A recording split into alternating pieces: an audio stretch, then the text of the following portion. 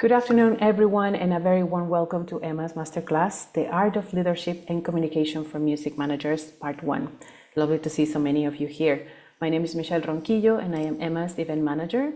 Just a little bit about us. Within Emma, we unite music managers, organizations across 16 European countries, which represent more than 3,000 managers across Europe.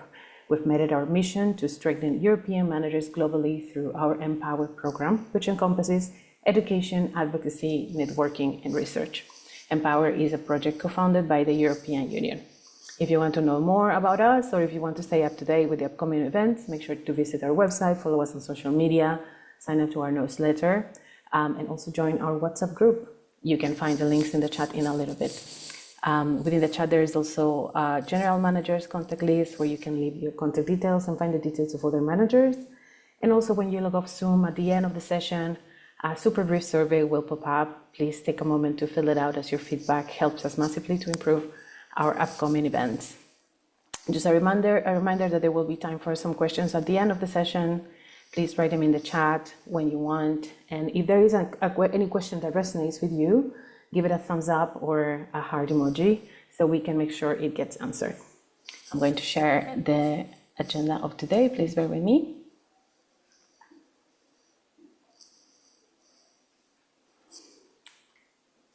Today's session is presented by Tamara Gal-on, which is co-founder of Music Leaders Network and also music industry coach.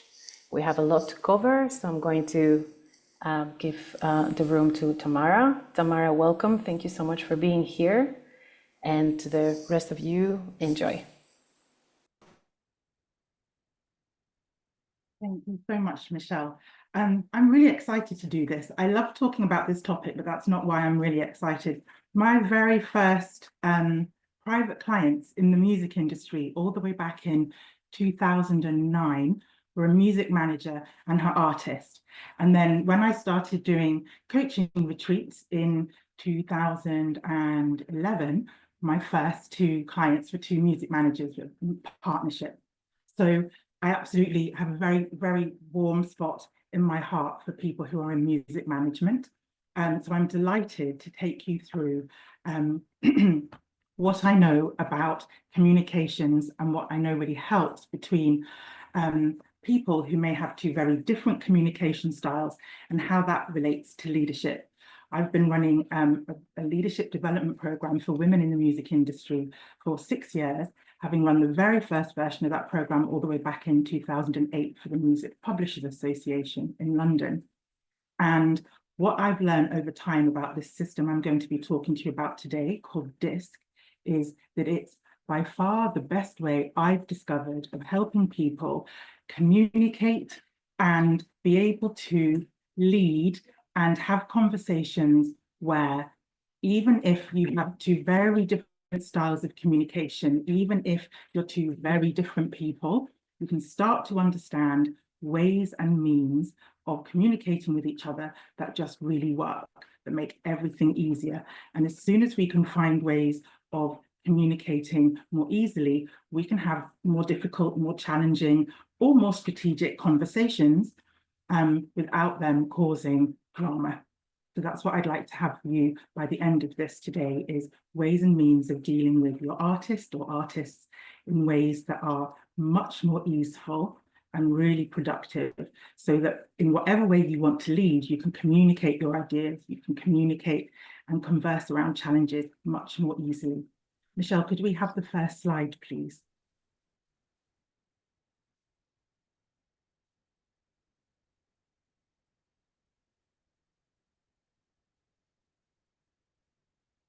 Okay, so I've been talking about clear communication since 2000 and probably 8 or so. This is a subject that's very close to my heart. Please, if you have questions as I go along, put them in the chat. I'm very happy to answer questions at the end. I love questions, so please, anything that strikes you as I'm going along, please put it in the chat or raise your hand in the way that Michelle has asked you to, and I will happily answer your questions at the end. Next slide, please, Michelle.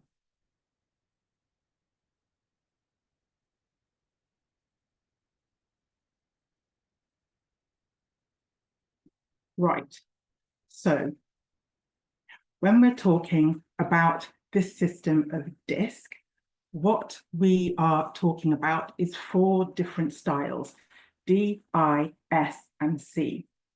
And I'm going to offer you ways of understanding which one you are as we go through this. So even if it's not immediately obvious to you from the very first slide, it will become obvious as we go along, I promise.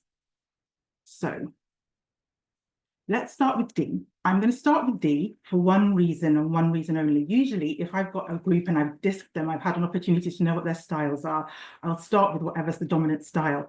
But I'm going to start with D because in my experience, having made people do the assessment for DISC over the years, I have found that there is a much bigger proportion of people with the style of D who are managers than there are in the average population. D is a very popular style within music management. I have found it's not the only style, and you can manage and lead and communicate in whatever your natural style is perfectly well, but D turns up a lot. So let's start there. So D people, looking at those words in the center of this diagram, D people are dominant, direct, and decisive, and they get things done through force of will, delegating, massive action. Oh, can we go back? Can we go back a slide again? One more. There we go. Thanks, Michelle. And so what does this mean? In the system, what are we talking about? We've got this cross in the middle of this diagram, and we have at the very top of it, active styles. So anyone who is an active style is someone who likes to do things quickly. They'll talk fast, they'll walk fast, they'll think fast, they'll decide fast. These are active styles. Then on the opposite side, we've got passive styles. I don't love the word passive. We could also think of the word thoughtful or mindful there. If you're a D style, you are the active style. And then we've got this horizontal axis, and on the D side, we've got task. So people with the D style who lead from the D style have active style and are task focused. And so what this means is that these are people who make a quick decision, who stick by that decision, who are very happy to take charge and be the people who are making the decisions. So if you're a manager and you're a D style, that might be absolutely perfect for your artist. They might be one of the other styles, and delighted for you to just get on with it.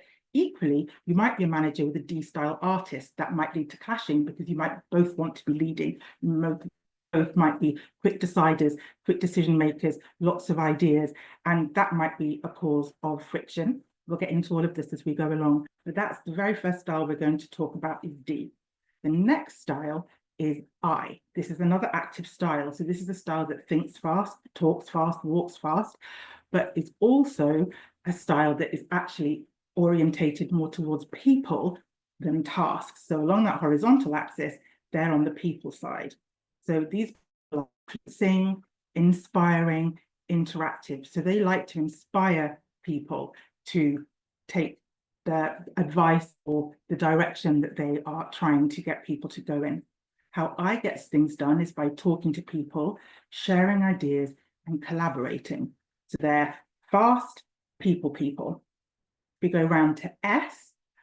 These are our steady, stable, secure individuals. How they get things done is through teamwork, following a tried and tested method, and consultation. And that's because they are this thoughtful, thinking, mindful style. They want a bit more time to make a decision, but they're still people orientated. So that's why they're there for teamwork. That's why they like consulting with people. And then we go round lastly to C. And what do we get with C? These are the task-orientated people who like to think things through. They like time to think something over.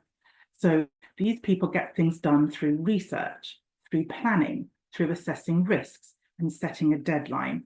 And so that C stands for compliant, conscientious, cautious. That C could also stand for correct. They like things done properly.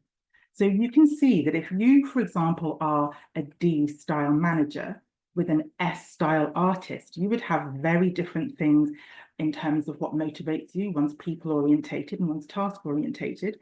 And one of you might be, well, one of you is active orientated, so quick, quick, quick, and the other is please give me time to think about this. You can already see where there might be some tensions. But the more that we come to understand what the style is of the people that we're dealing with, the more we can find ways to communicate them with them. Can we have the next slide, please, Michelle?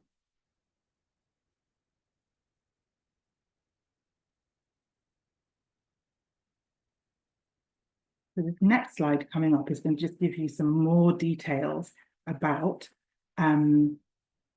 these particular styles and give you more of an opportunity to think about if this is you or if this is your artist. Hi, Michelle, how are we doing finding that slide? Sorry, my laptop is thinking. Well, I can keep going in the face of laptops being difficult. So one of the things that I know really causes some questions that people have in terms of trying to decide, am I D or am I or am I C or am I S, is that we're not all one thing. So it might be, thank you, Michelle, thank you, laptop of Michelle as well.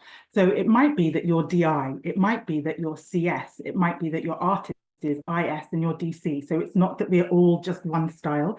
Most people have more than one style, not everyone. And some people even have 3 elements. Nobody has 4.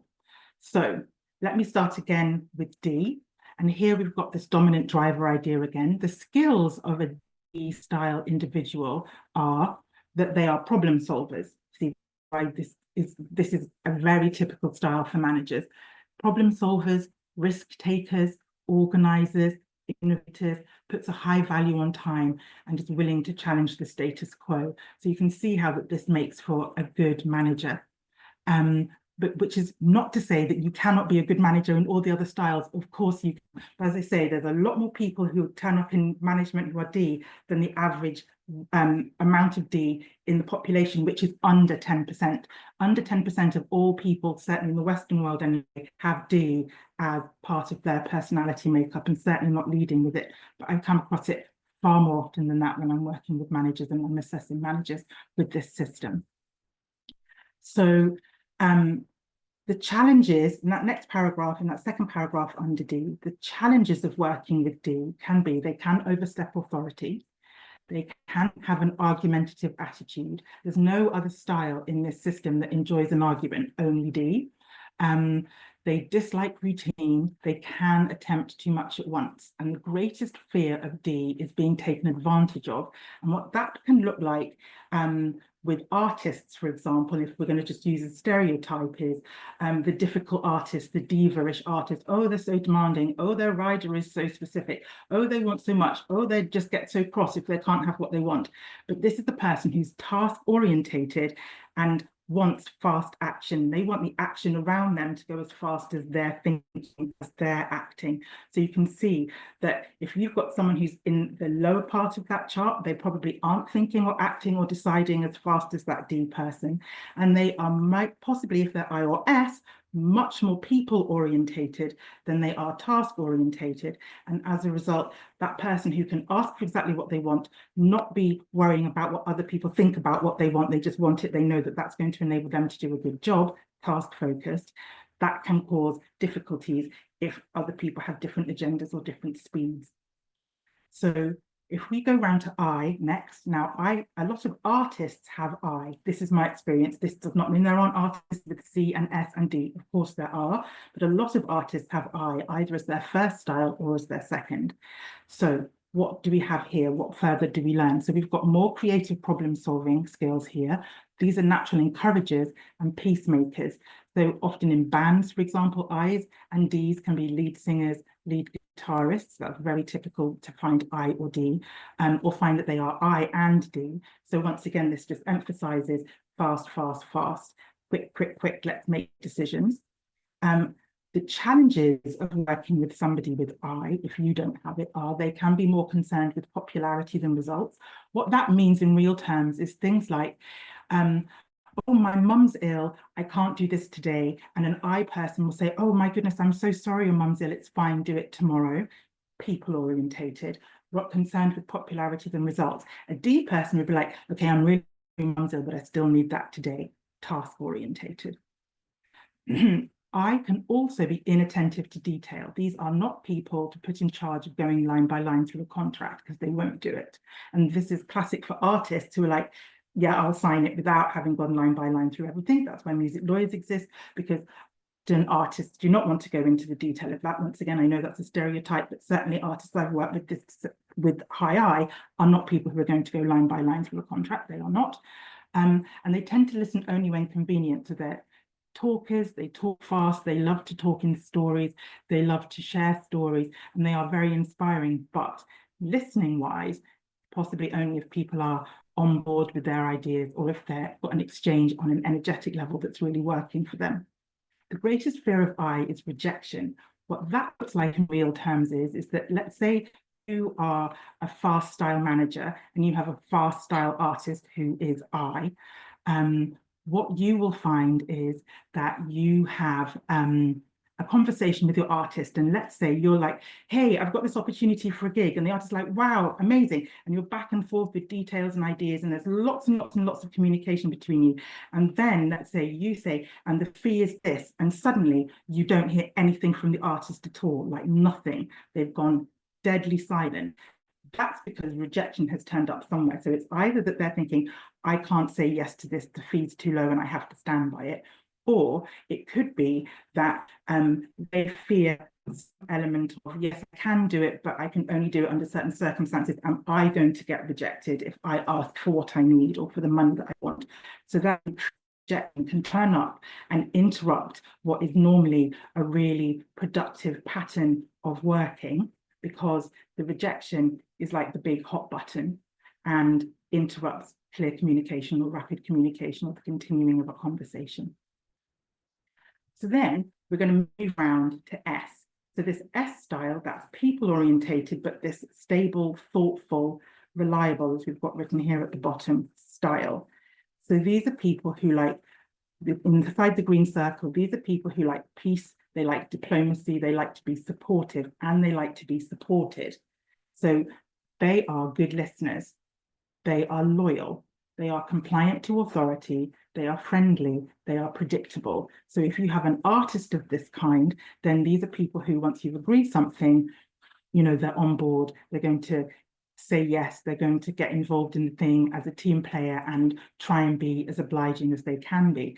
The challenge of working with people who are S, or if you are a manager who manages from S, is that you can be resistant to change. There can be some grudge holding if things don't go right, can be sensitive to criticism, and there can be difficulty establishing priorities. Now, what I say with this is this. If you're a music manager, probably you don't have a lot of problem establishing priorities. That's one of the things you've got to be on top of all the time in terms of management. But what I do see happens for people who are in management, who have S as part of their type, is they have real problem establishing themselves as a priority. So these are the kinds of managers who do everything for their artists, make every opportunity to be available for their artist, whether that's reasonable or not. They're on 24/7 possibly to support that artist. The artist has everything that they need, but prioritizing their own needs is really very difficult for them. That's something that they find challenging. And so that can be one of the real challenges of being an S style manager. The greatest fear of S is loss of security, which means that S people, individuals, ask why a lot. They want to understand. They want to understand how it is that something's going to work. They want all of the information, they want all of the details, but they particularly want to understand if something's going to change from the time before. Why? Why is it like that? There's lots of why questions, which can be quite frustrating for people who are D or I. And then round we'll go finally to C. So C is this task-focused, thoughtful style. So these people are compliant and correct.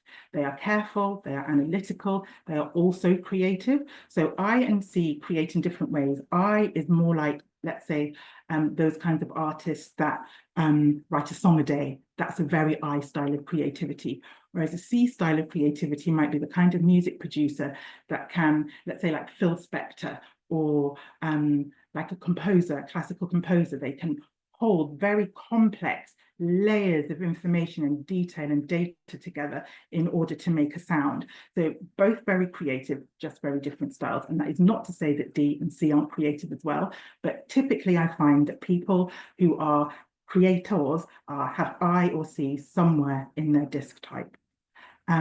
So the challenges of working with people with C is they need clear boundaries for action or leadership. So they aren't like D, for example, is very happy to just step into a role and take charge of something. C needs someone to tell them that that's what you want them to do. They can get lost in details and systems and will give in to avoid arguing. So what that dynamic can create between an artist and a manager is the manager says, this is what I want. And rather than arguing because you are a compliant, correct C, who, by the way, fears criticism, but often their biggest problem is self-criticism, is to just agree and say, yes, absolutely, I agree, and then not actually do the things that you, the manager, want them to do based on that apparent agreement. But what they've done is they've given in rather than to avoid arguing, rather than really being in agreement with you. So this is once again that fear of criticism, that fear of being told you're wrong, I don't know why you can't agree with me. That fear of criticism, you didn't do that right, means that they will say yes to avoid arguing, but then won't actually deliver against the thing. Also true for S, who equally don't like arguing and standing on a point. They'll try and be a team player, they'll try and be loyal and allow themselves to be persuaded to say yes, even though they don't actually mean yes. And then that can mean that sometimes they drag their feet or actually don't execute against something, which of course can be immensely frustrating. So on to the next slide, please, Michelle. Hopefully your laptop is in agreement this time.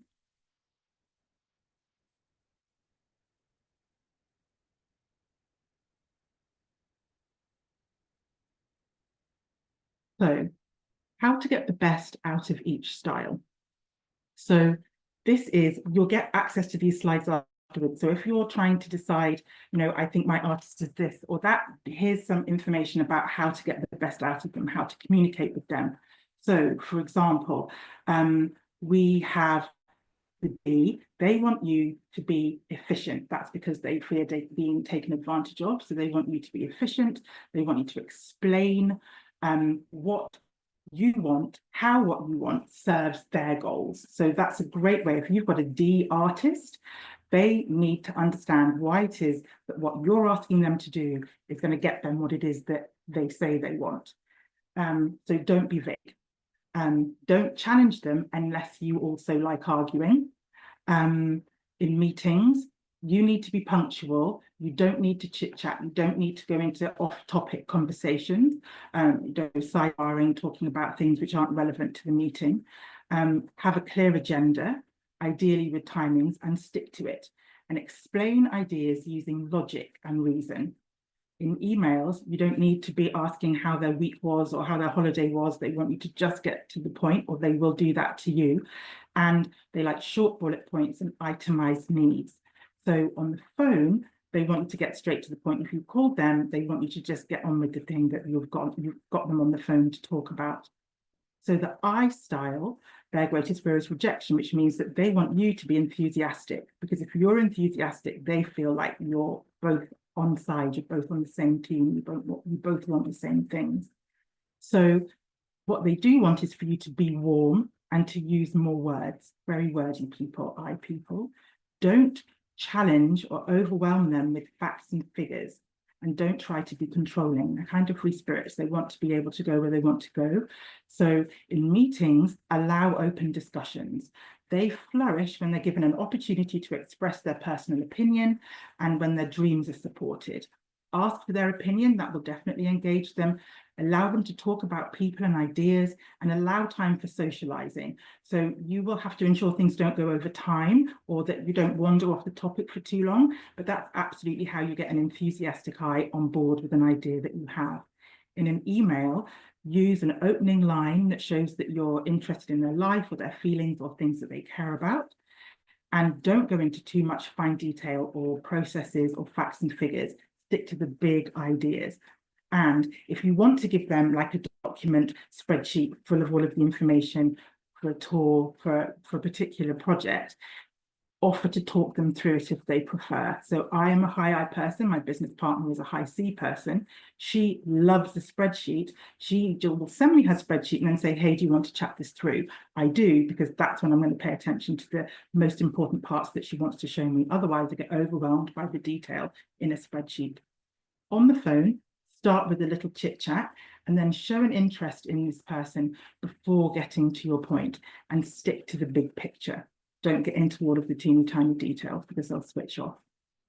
So then when we get to this S person, so this is a people person who is more thoughtful and mindful, they fear a loss of security. So what they want from you is for you to be sincere. So do take the time to explain things, do defend your case, be ready to explain why, potentially why this is not a big change. Change is something that S really wants to be made to feel secure about. Don't try and rush them into things. So don't turn up at a meeting if you're a D or an I person and say to an S person, I need you to make a decision right now. Better to say, here's all of this information. Let's have a meeting in 2 or 3 days' time and you can give me your thoughts. You can tell me what your answer is. So in meetings, provide an outline, don't rush them into things. Don't try to interrupt them when they're speaking, and don't leave them to prioritize alone, particularly if it's something where you want them to think about how to put themselves first. They're always going to default to thinking of what everybody else needs first. In meetings, provide an outline in advance. They respond best where everyone has a chance to be heard. In an email, don't demand a quick response. Don't announce sudden or significant changes without any warning. Be warm. The lack of tone in emails makes S-types very nervous. So don't send an email that just like, can we chat? And then like maybe a line inside, let me know when you're free. Because for S, that's only catastrophizing will happen as a result of that. They'll start making up all kinds of stories about why you're angry.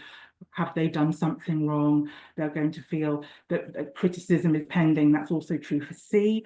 So please don't put them in a position where they're going to have time to think, but without any information. So on the phone, be personal, be deliberate, be calm, and allow there to be silences. Give them times to think. And then for C people, we have the greatest fear is criticism. So they want you to be correct. They're trying to be correct, so they want you to be correct. So do prove your points with facts and data. They don't want to know what your feelings are. If you're an I manager with a C artist, they don't want to know how you feel about it. They want you to give them some proof.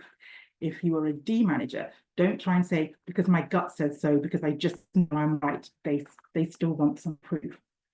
Don't be unprepared. So don't be too informal, and don't use hugging or touching as a form of connection, which I, for example, might want to do. C person might really not want that kind of connecting at all. Not very familiar with you, and possibly even them not. So in meetings, they need all the details before they get to the meeting, or they won't happily take a position or give an opinion. So you might think this is the meeting where everything's going to be decided, but if you haven't given them enough time to think in advance, actually a decision probably won't be made. So don't try and rush or press them to make big decisions in the moment. In an email, lay out the facts, share data and details in a clear and logical way. And on the phone, stay professional and formal and make your case using logic. Can we have the next slide, please, Michelle?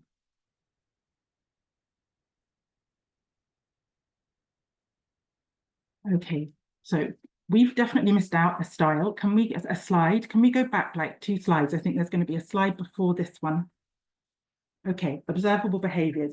So once again, at the end, I will absolutely point you in the direction of reliable disk resources so that you can test and you can be absolutely sure. But if you've got someone for whatever reason you can't test, here are some observable behaviors if the stuff in the previous slides hasn't shown you who those people are. So for example, as I've said, D-style people walk fast. They can be conscious. They like a big desk, have a firm handshake. They have strong gestures. They might lean forwards. They're definite multitaskers. So they're the kind of people who has a meeting and then are on their phone. That can definitely be a thing. And they're very happy to interrupt people, which wouldn't happen with INS because people orientated. They want to be liked. They want to be likable, more like people pleasing. D is like, I just want to be efficient. I can definitely listen to you and read this email at the same time, whatever impression that leaves on a people person. C would not do that because that's not correct.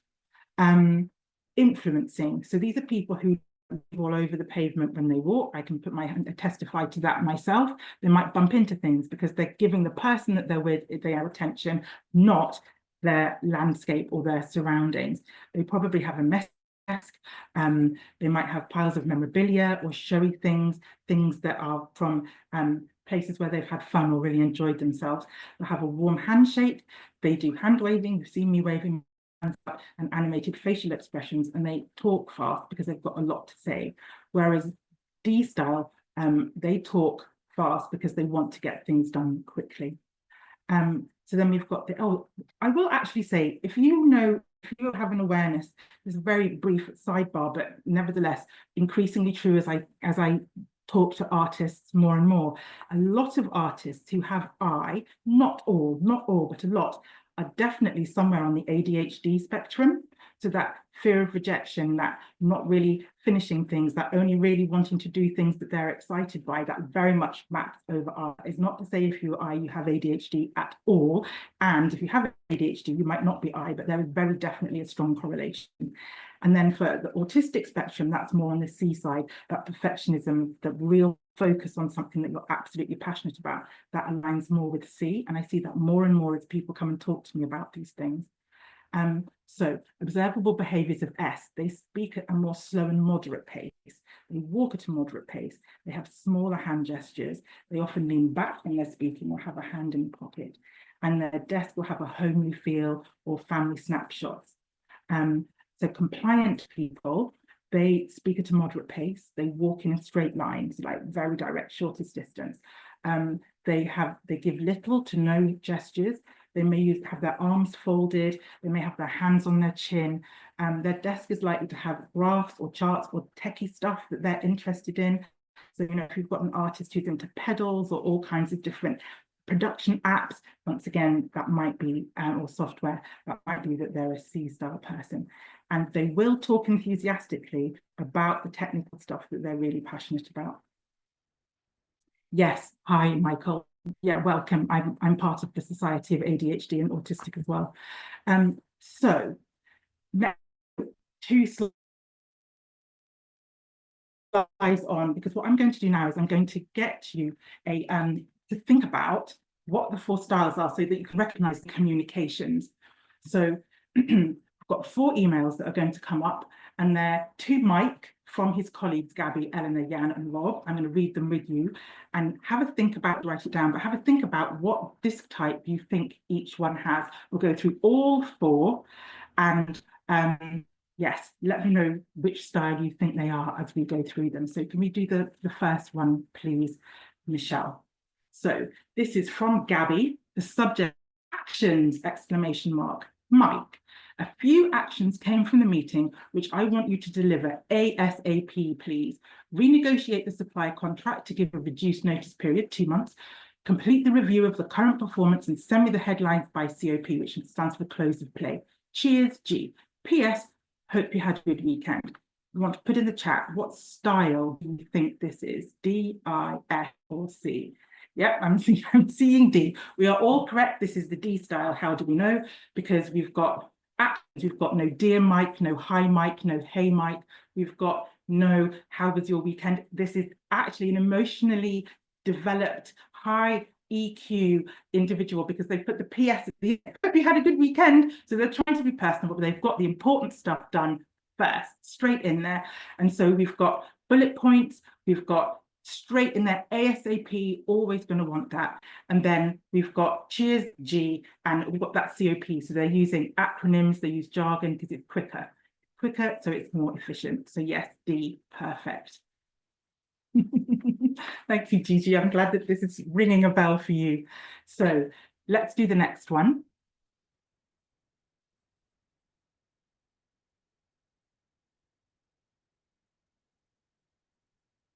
This is Jan. Subject, actions from meeting 16/10/2021. Hi, Mike. FYI, there were a series of actions discussed and agreed in the project meeting today. brackets, 16th of October, close brackets. I have attached the agenda and the minutes with a full picture and included the Gantt chart. There's charts. Who do we think this is? With milestones yet to be completed. I've highlighted the uncompleted ones in red, those nearing the deadlines as amber, and the rest agreed. So now we've got coding as well. The sooner we start, the better, so we can plan resource accordingly. We can't, I think I should say, afford to drop any balls. I'm leaving the office today at 17:50, so 24-hour clock, so you know for sure exactly what time they meet. So come back to me before then if you need anything clarified. Regards, Jan. So yes, I think, what are we thinking? I think you're probably thinking C, yes? This is all of the detail, all of the correctness, all of the information you could possibly need, as well as a chart, as well as a color code, everything as clear as it possibly can be. So this is a classic C communication. Let's have a look at the next one.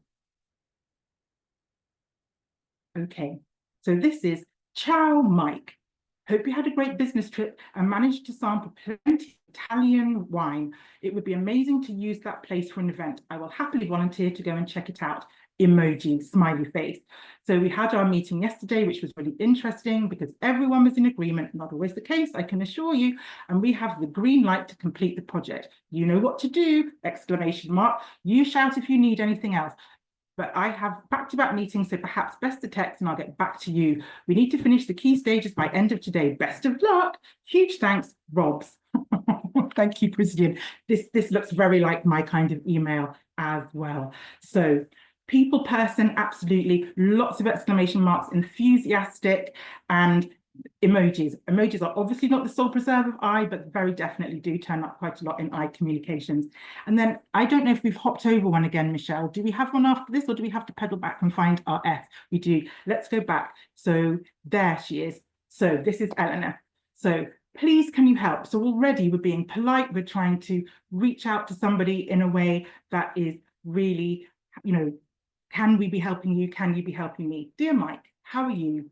Hope you had a good weekend in Rome. We had our project meeting last night, which was really useful. I really appreciate it if you could support us taking the project to a conclusion. It's vital for everyone to be on board to ensure a consistent approach.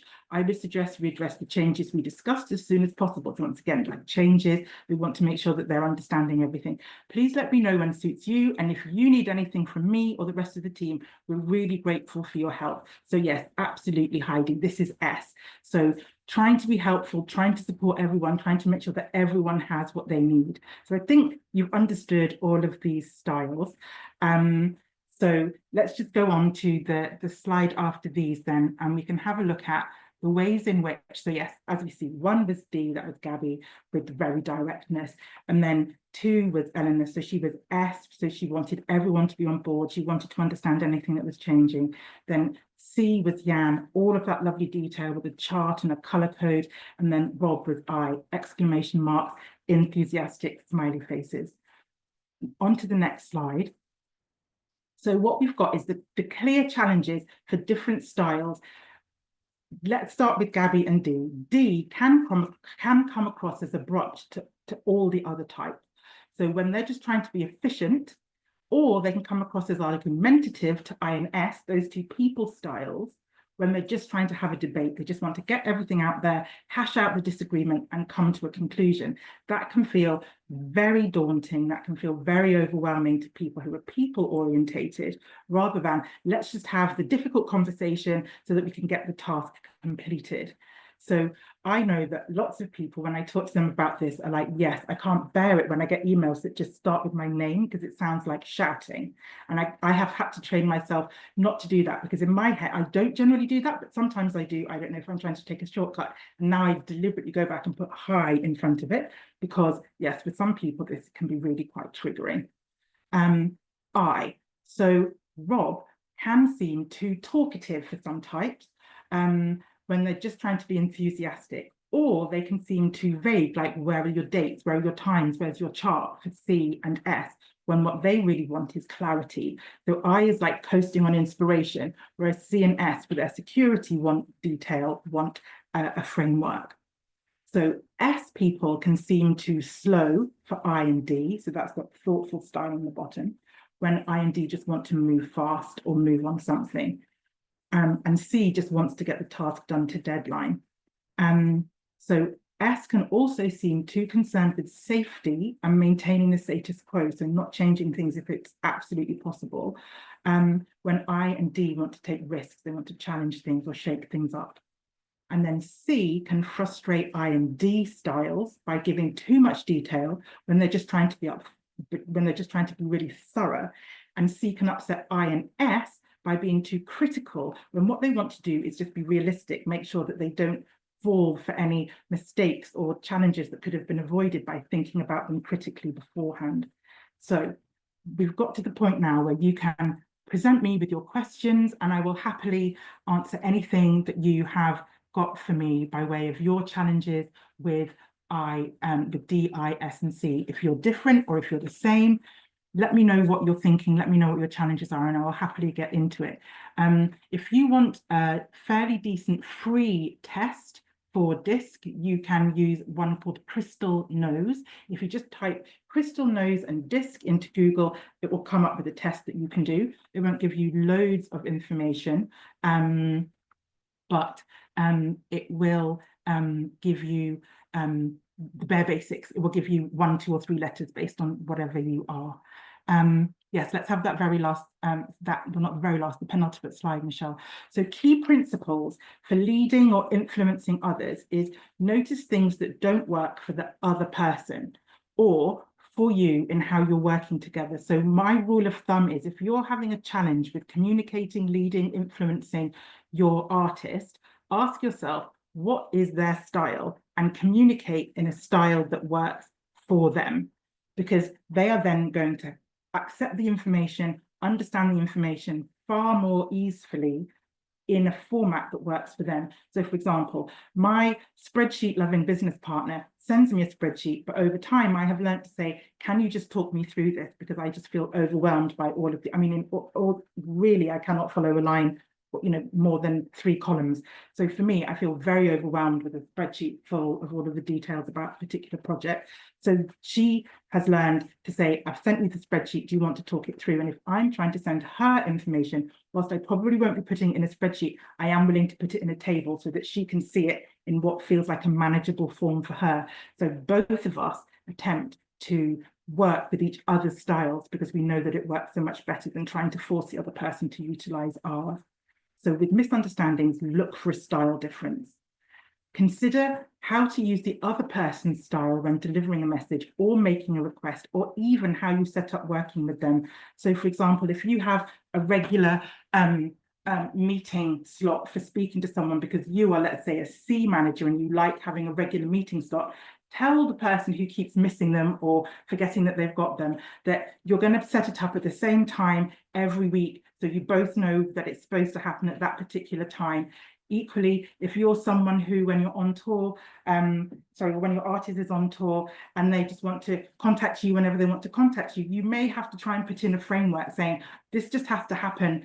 I mean, granted, there's going to be difficulties and challenges with touring and case-by-case basis, but very definitely, if you need a framework because you're C, or they need a framework because they're C, try and work out a way to have that, so that the one of you who really needs that structure gets what they need, because you, as maybe the I or the D, who wants to just make a quick decision, will get a faster decision from someone from letting them build a framework around how you communicate than trying to just go, oh, I've got a quick question for you, because it's not a quick question for them.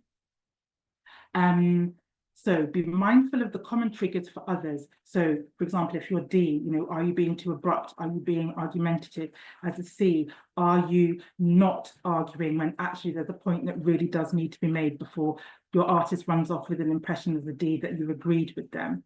And be aware of people who don't fit. So like if you've got a team and you've got that one who doesn't seem to fit or seems negative, it might just be that they're a DISC type outlier from everybody else in the team or group. I've definitely seen that, for example, in events organizers. I've just an entire team. There was one ID amongst a sea of C's and S's. And whilst that had its real advantages, he could actually feel quite lonely sometimes because he felt quite excluded from the way everybody else was doing things. So that might turn up as a value in as a challenge in a band, might turn up if you're like in a team of managers, or if you've got you and one artist are a match, but one artist isn't a match, that could also be an issue. So yes, what questions have we got?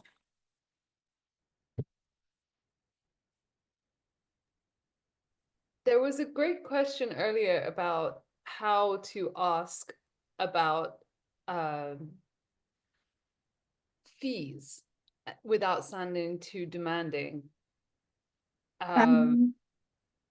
So Go on.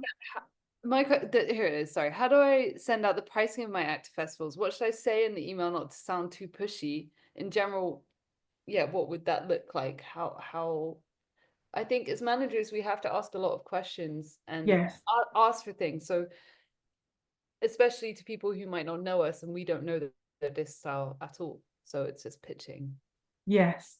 Is there a way of doing that most effectively with this? I think if you're literally doing it to someone who you don't know at all, then probably easiest to kind of try and strike a happy medium of, if like, for example, you're a very high D yourself, is to go, okay, the chances of me dealing with someone who's a festival booker or a venue booker is that this person is neither I nor D in my experience. They might be, but often they are C or S somewhere, because you need that level of detail and organization. So for me, if I was guessing, I would pitch myself somewhere at polite, giving all of the information that they might need, being very clear of saying, do you need anything from me? So it doesn't sound as if you're just asking for all of the things. And also, if you, I know, well, asking, is there a framework? Is there a way of me giving this information to you or asking these questions? Or is this all, do you have a document somewhere where this all exists? Because some people do. And so if you're recognizing that they might be an organized person from the outset, that will also make people feel more seen and more understood. So I would say anything that pitches yourself to, I mean, it's a hedge your bets thing, but I would say don't go straight in going, no greeting because you don't know what their name is, straight in going, right, I need this from you, but to soften it by saying, hi, I wonder if you can help me. And then, is there an easy way of me doing this? Is there a way that's least difficult for you?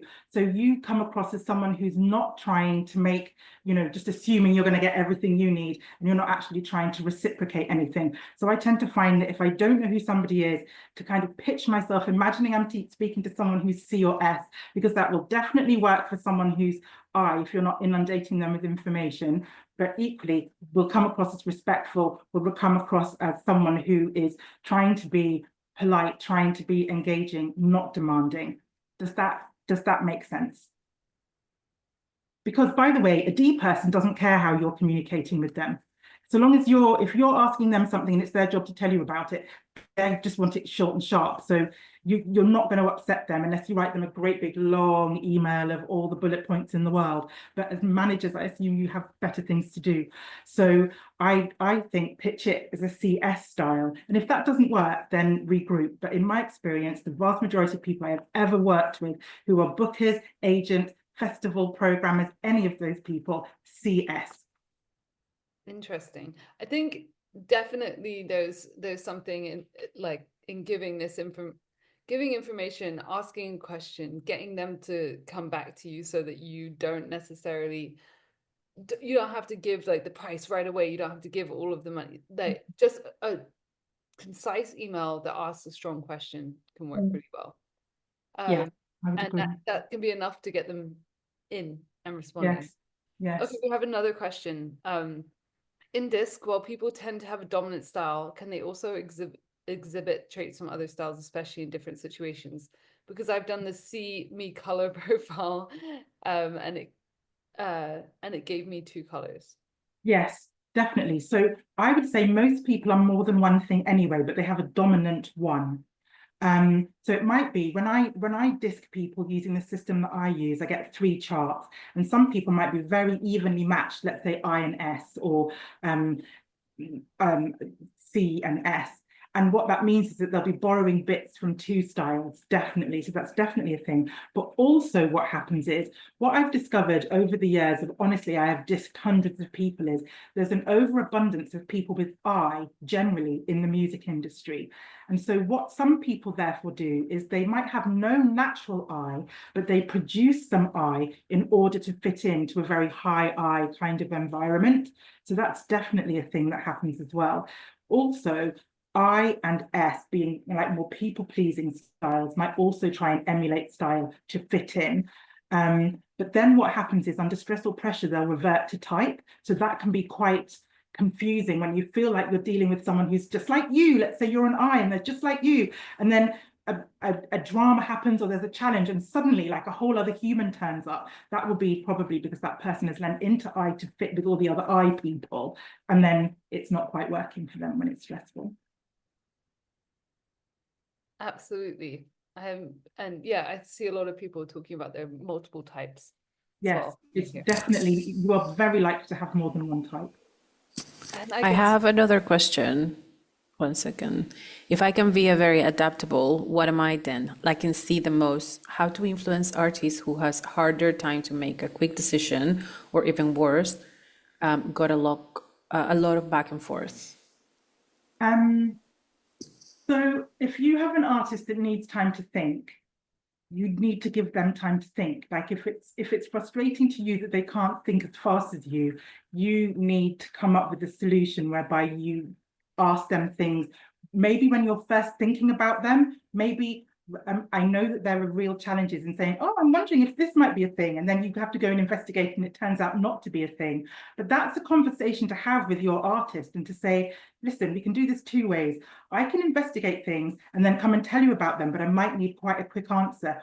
Or I can tell you about all the things I'm investigating. I can literally give you a list, and then you can be thinking about those, and some of them will happen and some of them won't. So if you don't like being disappointed, then the other way is a better way. But if you just want to know what all the possibilities are, so that when I come and say, okay, this one's landed, this one hasn't, these two are things I need you to decide about, they've got some time to think about it. That's what I mean in that slide where I say, maybe you utilize their style for a framework, but give them options. Say, we can do this two ways. We can do it with the last minute I ask you because the opportunity's there, or I can just tell you what I'm working on, but understand that 50% of stuff doesn't pan out. Absolutely. It's all about finding ways to work with each other and observing. Because there's no style that's better or worse. There's no style that's right or wrong. There's just, how do I get a good result out of you? How do you get a good result out of me? There's another question here.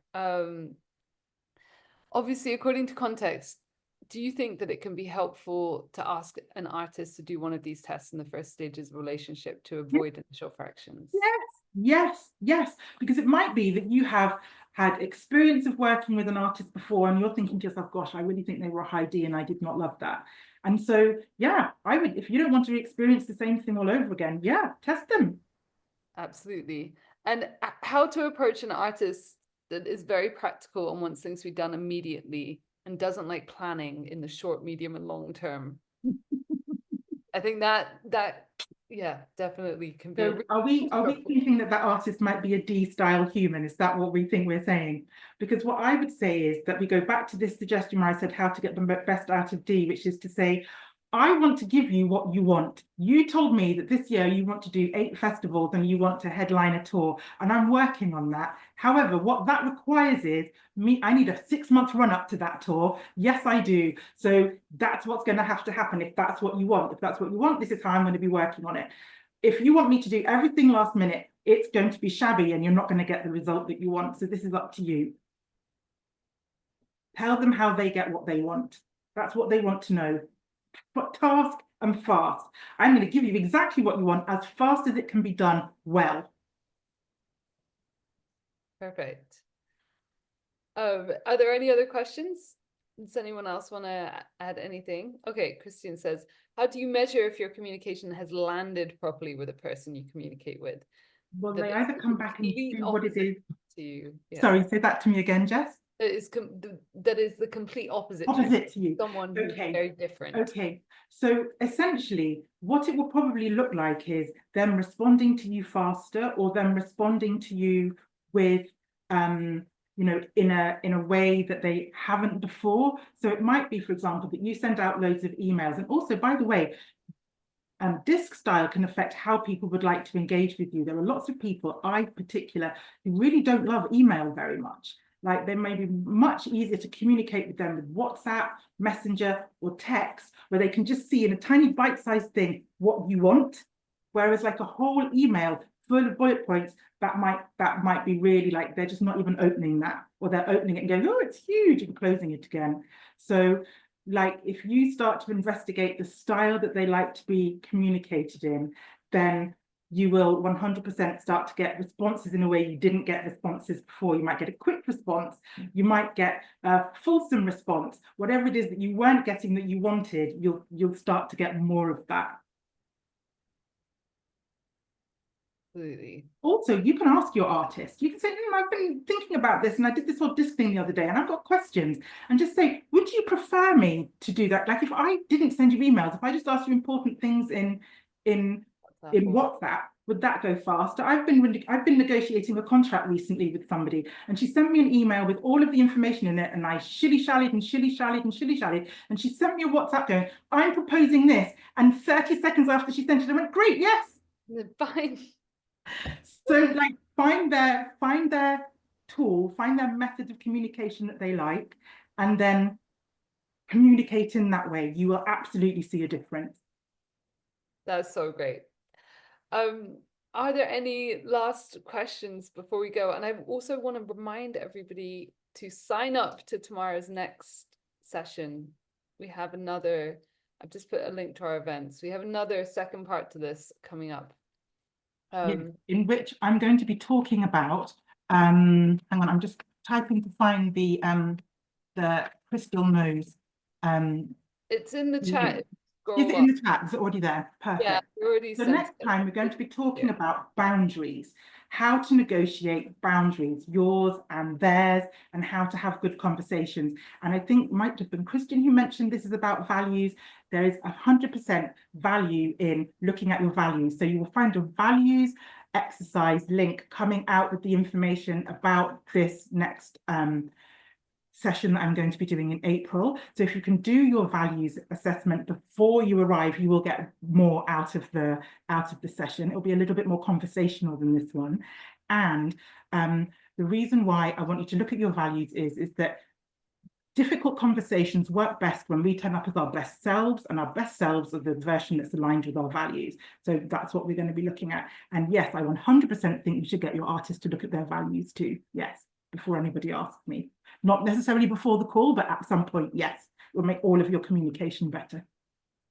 Fantastic. Thank you so much.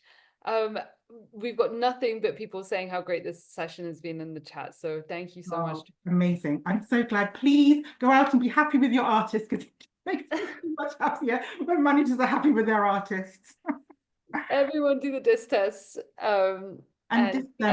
Definitely. Just be clear, because once you know, you know. And you can tell them there's no right or wrong, there's just working out how to communicate with them better. Because if you've got an I or an S style artist, they'll worry that you're going to be like, you're a terrible oh no, this style. is, yeah, no, I just want to know how to communicate with you. Thank you so much.